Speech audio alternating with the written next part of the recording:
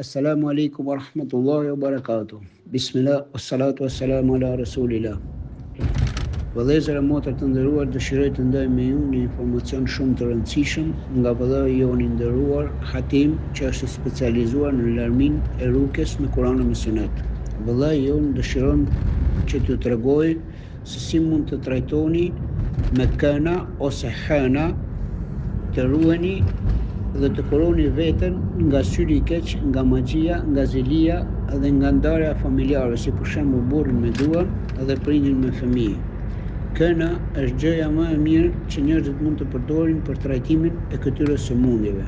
I dërguari i Allahut sallallahu alaihi wasallam ka thënë: "Këna është aroma më e mirë në xhenet." Metoda e trajtimit me këna përfshin bërjen e një banjoje ose dushi.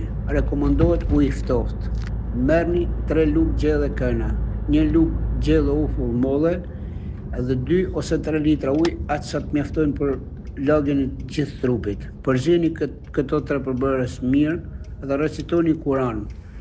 Si për shembull surën Fatiha 7 herë, ajetin Kursi 7 herë dhe 2 surat e fundit El Falaq El Nas nga 7 herë. Pastaj luteni Allahun azza wa jall me sinqeritet dhe duke e ditur se vetëm Allahu azza wa jall është shëruesi, ne bëjmë vetëm sebepet.